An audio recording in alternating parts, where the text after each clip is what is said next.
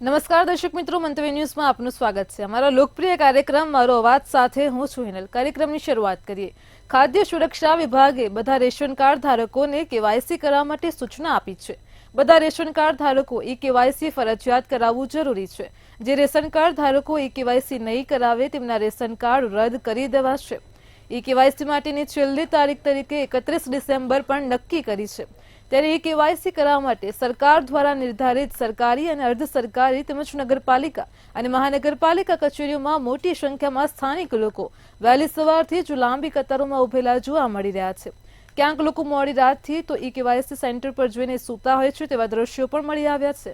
આમ આધાર કેન્દ્રો પર લોકો નિરાધાર બન્યા હોય તેવા દ્રશ્યો જોવા મળ્યા છે। આજ મુદ્દે લોકોના મંતવ્યો જાણીશું। સૌપ્રથમ રાજકોટની જનતા પાસેથી જાણીએ કે આધાર કેન્દ્રોની નિરાધાર કામગીરી વિશે તેમના શું મંતવ્યો છે। છેલ્લા લાંબા સમયથી રાજકોટ મહાનગરપાલિકાના જે આધાર કાર્ડ કેન્દ્રો છે ત્યાં લાંબી કતારો ક્યાંક દેખાઈ રહી છે અને આના જ કારણે લોકો હાલાકીનો સામનો કરી રહ્યા છે। ચોક્કસથી એક બાજુ અધિકારીઓ કંઈક અલગ રટણ કરી રહ્યા છે અને લોકોની વાત ક્યાંક વ્યાજબી લાગી રહી છે કે લોકો કહી રહ્યા છે કે આ આધાર કાર્ડ કેન્દ્રો ઉપર વારંવાર આ જ પ્રકારની સ્થિતિ હોય છે। આપણી સાથે સ્થાનિક લોકો જોડાણા છે, એમની સાથે વાત કરશું। આધાર કાર્ડમાં ક્યાંક ને ક્યાંક અનેક જે સમસ્યા હોય છે, ભૂલ હોય છે, તે સુધારવા માટે પહોંચ્યા છે। શું નામ આપનું? દીપકભાઈ યાદવ।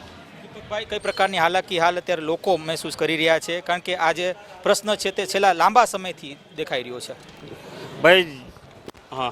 ભાઈ જ્યારે કોર્પોરેટરની ચૂંટણી હોય, તમારા કોર્પોરેટર બનવું હોય, તમારા મુખ્યમંત્રી બનવું હોય, તમારા ધારાસભ્ય બનવું હોય, તમારા સંસદ સભ્ય બનવું હોય તો મત જોતા હોય તો તમે કેમ ઝડપથી પૂરું કરી નાખો? સાંજે 5 વાગ્યા સુધીમાં તમે કેમ પતાવી દો ભાઈ? અને અહીંયા અમારે પબ્લિકને આધાર કાર્ડના સુધારા માટે અમારે અહીંયા લાઈન સવારના 8 વાગ્યાથી 500 માણસની અહીંયા લાઈન લાગી છે। કેમ ભાઈ પૂરું નથી થતું? કેમ પબ્લિકના કામ થતા નથી? કેમ પતતા નથી ભાઈ? તમે કહો ડબલ એન્જિન સરકાર છે, પણ તો સરકારના એન્જિન કેમ ફેલ થઈ જાય? પબ્લિકનું કામ હોય ત્યારે કામ કેમ પતતું નથી ભાઈ? કામ પતવું જોઈએ ભાઈ, તો મેળ આવે, તો અમને બીજી વાર મત દેવું હોય તો ખબર પડે। નકર તમે એરિયામાં રિક્ષા તો સવારમાં 8 વાગ્યામાં મોકલી દો ભાઈ અને સાંજે 5 વાગ્યામાં મતનું કામ પતાવી દો કેમ? અને અમારું પબ્લિકનું કામ કેમ પતતું નથી ભાઈ? આપ શું કહેશો? કેટલા દિવસથી આપ અહીંયા ત્યાં ધક્કા ખાઓ છો? 3 દિવસથી અમે અહીંયા સતત આવીએ છીએ અને 5 વર્ષનો બાબો છે, ખાલી રિન્યુ અપડેટ કરાવવાનું છે અમારે આધાર કાર્ડ, તોય અહીંયા સર્વર ડાઉન છે એવું કહે છે। અને તે દિવસે 12 વાગે આવ્યા હતા, અહીંયા લાઈન નહોતી તોય અમને અંદર ન લીધા, કે તમારે 10:30 આવી જવું પડશે, તે લાઈનમાં ઊભા રહેજો, જે પ્રમાણે વારો આવે। તો શું લાગે છે અધિકારીઓ અને ઓપરેટરો ક્યાંક ને ક્યાંક બહાના રાખે છે પબ્લિક સામે?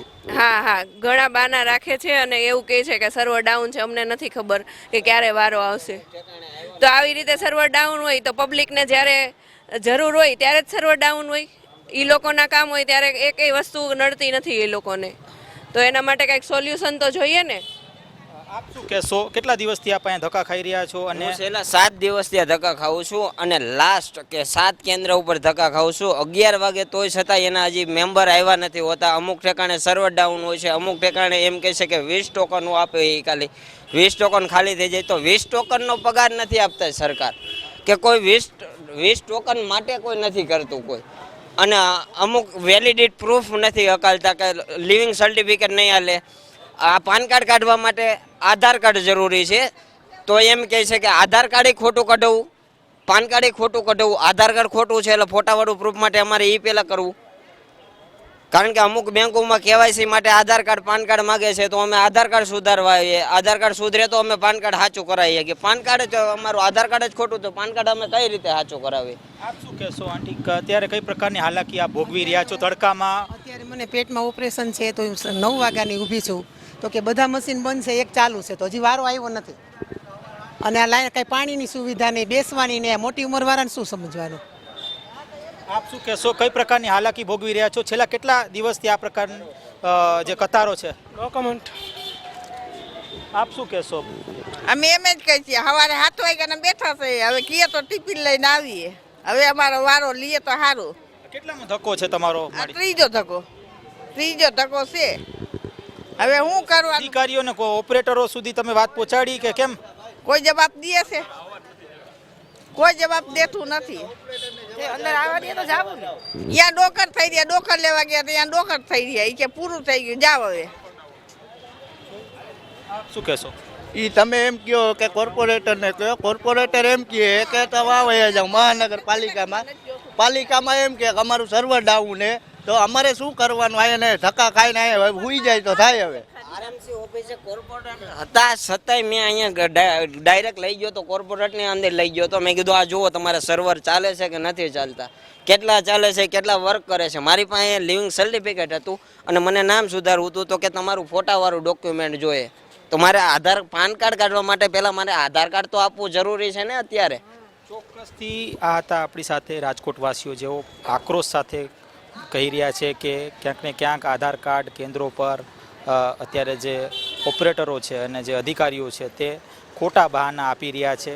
મહત્ત્વની બાબત એ છે કે જે અધિકારીઓ છે, જે ઓપરેટરો છે તે સર્વર ડાઉન છે આ પ્રકારનું બહાનું અત્યારે જ્યારે કાઢી રહ્યા છે, ત્યારે એક આક્રોશ દેખાઈ રહ્યો છે. અને આક્રોશ સાથે લોકો કહી રહ્યા છે કે વહેલી તકે તેઓનો જે વારો છે તે આવવો જોઈએ, કારણ કે લાંબા સમયથી આ પ્રશ્ન તેઓને સતાવી રહ્યો છે.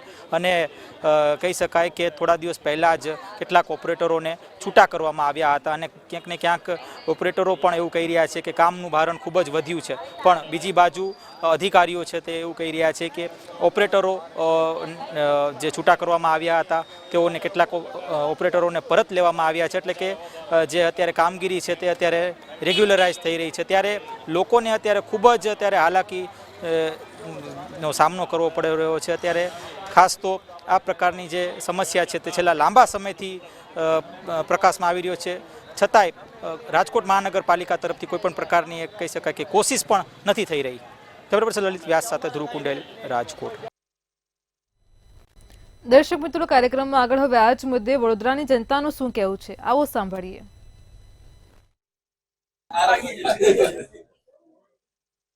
સરકારનો નિયમ કે રેશન કાર્ડને ઈ કેવાયસી કરવું, સરકાર હુકમ કરે ને નાગરિકો લાઈનમાં ઊભા થઈ જાય, પરંતુ નાગરિકોને શું તકલીફ પડે છે એના મંતવ્ય લેવા મંતવ્ય ન્યૂઝ પહોંચ્યું છે.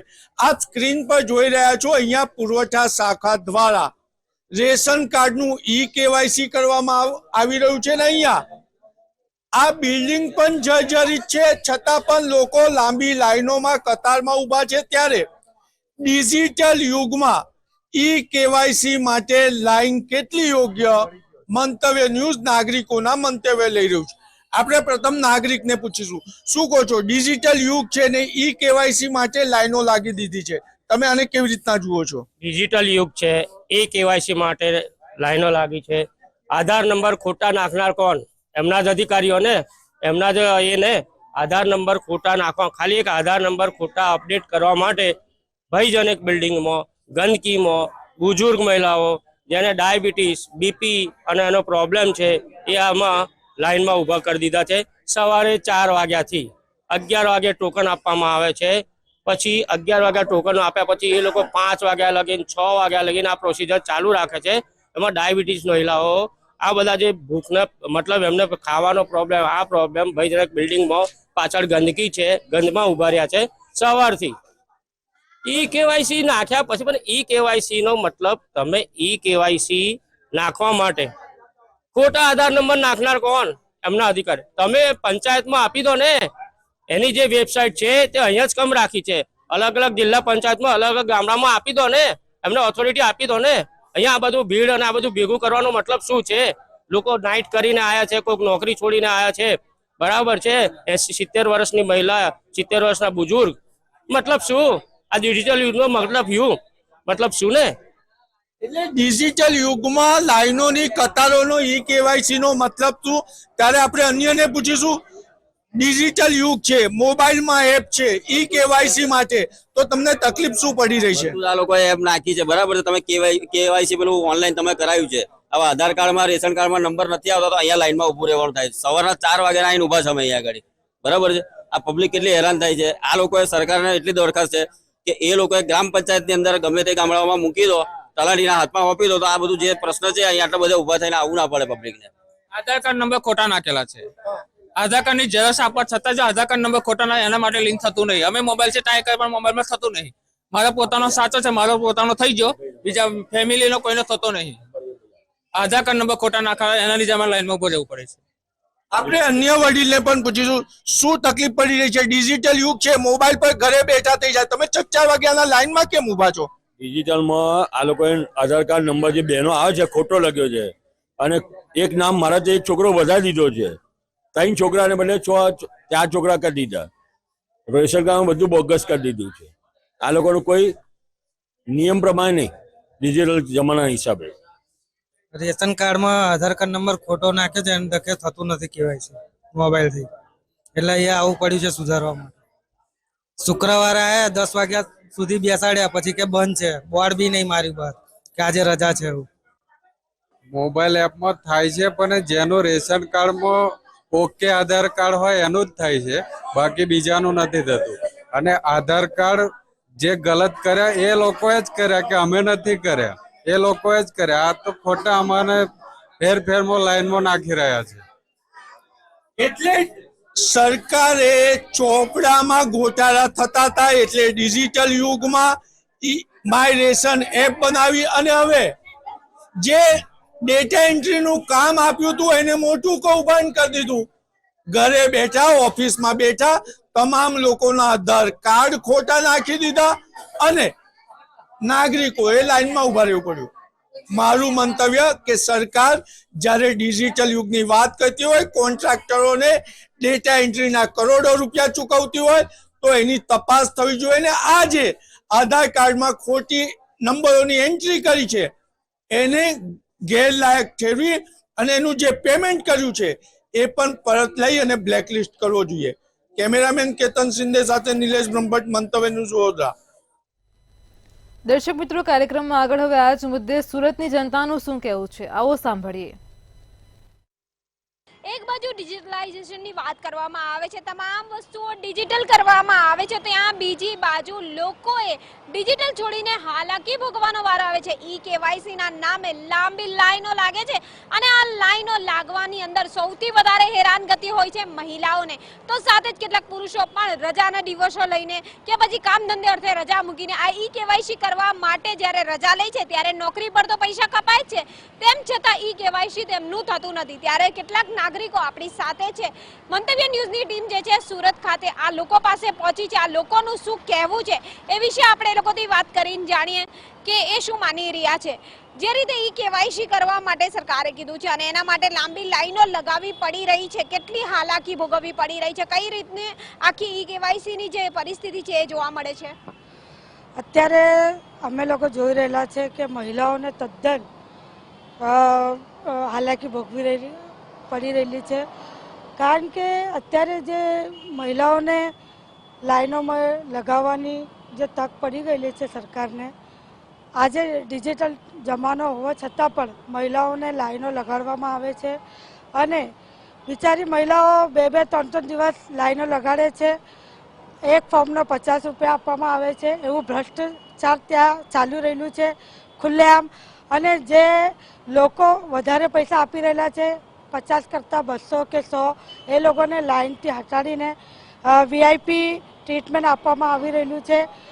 अरे ये इतनी मुश्किलों के साथ में बहनें खड़े हो रही है, छोटे छोटे बच्चे लेके खड़े हो रही है, इतनी परेशानी है, इतनी तकलीफों के साथ में हर इसकी जिम्मेदार कौन है? इतने छोटे छोटे बच्चे, सुबह इतना काम होता है, वही लेडीज़ों को दूसरे दिन लाइन में फिर खड़े रहना पड़ता है. 2 नंबर में होता है तो वो लोग कहते हैं कि हो गया, जो फटाफट जो बाद में आते हैं वो करके निकल जाते हैं. जो लेडीज़ है छोटे छोटे बच्चे लेके लाइन में खड़े रहती है, तो इतने सब इस चीज़ों का जिम्मेदार कौन है? महिलाओं के लिए सब ये निकाला है क्या है? कहीं से कहीं तक तो कोई सुविधा दिखती नहीं है. हर महिला परेशानी उठा रही है. महिला बहुत हैरान है. महिला क्या, पुरुष भी हैरान है. अगर कोई पुरुष जाता है लाइन लगाए तो 3 दिन बाद अगर लाइन लगाता है केवाईसी में तो उसकी जॉब चली जाती है. महिलाएं जाती है अपने बच्चे लेके तो वहाँ पानी की भी व्यवस्था नहीं है और 50 रुपया फॉर्म भरने का लेते हैं. उसके बाद महिला को पानी की व्यवस्था भी नहीं है और 3-3 दिन महिला लाइन लगाती है, अपने बच्चों को लेकर जाती है और महिला कैसे हालत से कितनी तकलीफ से गुजरती वो महिला ही जाने. हम भी एक महिला, हम भी केवाईसी के लिए गए लेकिन हमको भी बहुत तकलीफें झेलना पड़ी. હેરાનગતિ છે ને મેમ. કામ ધંધા ઉપર છે, બધા પોયરાઓનો સ્કૂલ વગેરે હોય, ટ્યુશન વગેરે હોય, ઘરમાં મહિલાની હોય, મહિલા હોય તો અમે લોકોની હોય. હેરાનગતિ, બહુ હેરાનગતિ છે. આ કેવાયસી, આ ડિજિટલ ઇન્ડિયામાં કેવાયસી છે, જ્યાં ડિજિટલ ઇન્ડિયા છે તો આ કેવાયસીમાં લાઈન લાગવાનું કારણ શું? એનો કંઈ નિર્ણય રહ્યો ઓર એના ઉપર કંઈ વિચાર કરો ઓર પબ્લિકને ખોટી હેરાનગીથી ના થવું એવું કંઈ સોચો. फरियाद करते हैं पर कोई सुनने को राजी नहीं है। तुम कल आओ परसों आओ, ऐसे में टाइम वेस्ट होता है, काम भी छूट जाता है, फिर महिला कुछ कर नहीं सकती है। तो उसके लिए वो ये कार्रवाई करो कि महिला ये नहीं कर सकती है, वो वजह से तकलीफ तो होती है। मुगलीसरा में मैंने मोबाइल के ऊपर KYC किया था लेकिन वहाँ पे हुआ नहीं। फिर कल मैं मुगलीसरा गया, वहाँ पे देखा तो बोले आपका अपडेट बाकी है। मेरे को भी क्या घर में मेरे है पेशेंट तो उसको आयुष्मान कार्ड की ज़रूरत है लेकिन अभी तक बना नहीं है। अब सरकार जो भी स्कीम लाती है तो ऐसा है कि उसको पैसे से खरीदना पड़ता है। वहाँ पे 100, 50, 200, 500 रुपया दो तो तुम्हारा काम होगा। ये कब तक चलेगा? हम ये चाहते हैं कि ज़रा इसको आसान करें और इसके सुविधा को ज़रा आसानी से पब्लिक तक पहुँचाए। આ સ્કીમ જે કાઢે છે ગવર્મેન્ટ, એ સ્કીમમાં ગવર્મેન્ટે કંઈ લાવવું પડે, એને ફ્રી કેમ્પ એ બધું રાખવું પડે જેનાથી પબ્લિકને કંઈ તકલીફ નહીં પડે. જે પબ્લિક છે એને ભોગ બનવું પડે છે. જે આપણે કહેવાય જે ભ્રષ્ટાચાર જેવું ચાલે છે બધું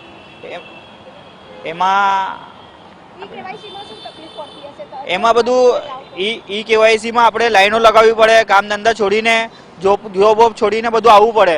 પછી જોબ છોડીને આવવું પડે, લાઈનો લાગવું પડે, પછી એમાં પૈસા ખેડવા પડે. આપણે કહેવાય એ બધું ભ્રષ્ટાચાર કરવું પડે તો આપણું કામ થાય છે, નહીં તો કંઈ કામ થતું નથી. સ્પષ્ટ જે છે લોકો કહી રહ્યા છે કે KYC ના નામે ધક્કા ખાવાનો વારો આવ્યો છે. લોકોએ હાલાકી ભોગવી પડે છે, લોકોની નોકરીઓ જતી રહી છે, કામ ધંધા છૂટી જાય છે. મહિલાઓ પોતાના પરિવારને લઈને, બાળકોને લઈને ભારે હેરાન પરેશાન જે છે આ KYC ને કારણે થાય છે. આ તમામ વસ્તુઓમાં હાલાકી ભોગવી રહેલા જે લોકો છે, આ સામાન્ય લોકોની તકલીફનું ક્યારે નિરાકરણ આવશે, ક્યારે એમને રાહત મળશે, આ તમામ માટે જવાબદાર કોણ છે? ત્યારે તમામ દ્વારા સરકાર પાસે માત્ર એટલી જ રજૂઆત કરવામાં આવી રહી છે મંતવ્ય ન્યૂઝના માધ્યમથી કે લોકોને રાહત થાય એવો કોઈ સુવિધા મહિલાઓ માટે પણ સ્પષ્ટ કરવામાં આવે તો મહિલાઓ પણ KYC સરળતાથી કરી શકે. ડિજિટલાઇઝેશનના જમાનાની અંદર આ રીતે KYC કરવું ખૂબ જ આકરું પડી રહ્યું છે. કેમેરામેન શોએબ શેખની સાથે રાબિયા સાલે, મંતવ્ય ન્યૂઝ, સુરત. દર્શક મિત્રો, કાર્યક્રમમાં આગળ હવે આ જ મુદ્દે સાબરકાંઠાના ઈડરની જનતાનું શું કહેવું છે, આવો સાંભળીએ.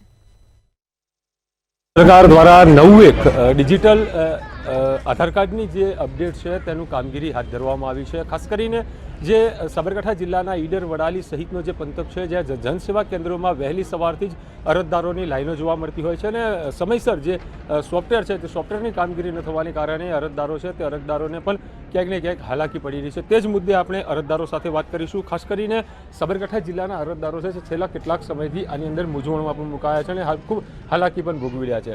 શું કહેશો? સરકારે જે આધાર કાર્ડની અપડેટની કામગીરી ચાલુ કરી છે, અત્યારે કેટલી હાલાકી પડી રહી છે અરજદારોને? છેલ્લા કેટલાય દિવસથી આધાર કાર્ડ અપડેટની કામગીરી સરકારશ્રી દ્વારા ચાલુ કરવામાં આવી રહી છે.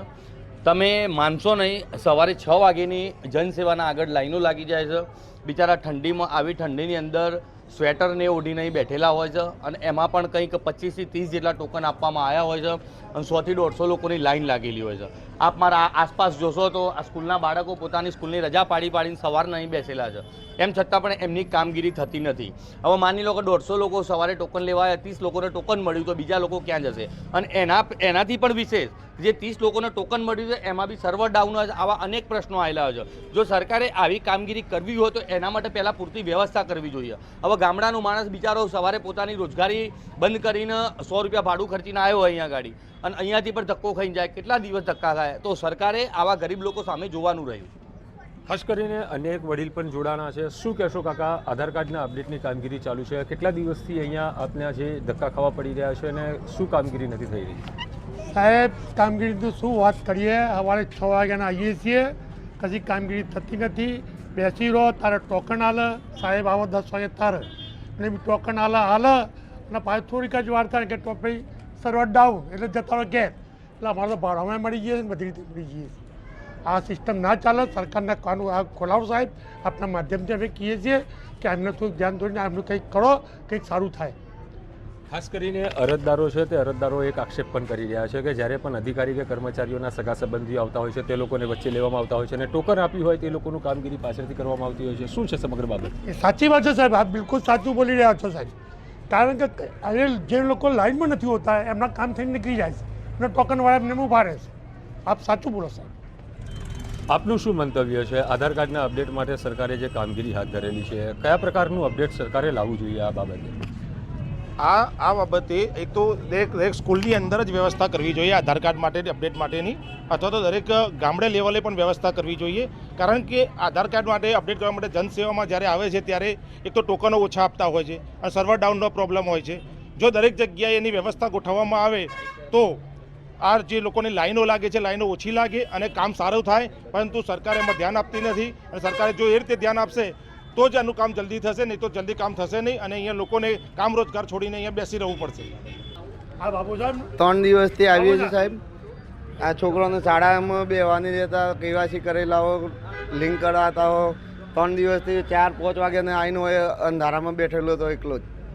પણ હજી કોઈ કારણ કોઈ ધાર જ નહીં થયું કે આજે નંબર આવ્યો તો કે સર્વર ડાઉન છે, 2 વાગી ગયા છે તો હજી નંબર નહીં આવ્યો.